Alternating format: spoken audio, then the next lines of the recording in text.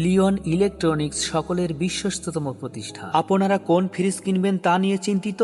আর নয় চিন্তা, আপনাদের কথা বিবেচনা করে লিওন ইলেকট্রনিক্স নিয়ে এসেছে যমুনা ফ্রিজ। লিওন ইলেকট্রনিক্স থেকে বাজারে চ্যালেঞ্জ করা অফার সাশ্রয় মূল্যে কিনতে পারবেন যমুনা ফ্রিজ।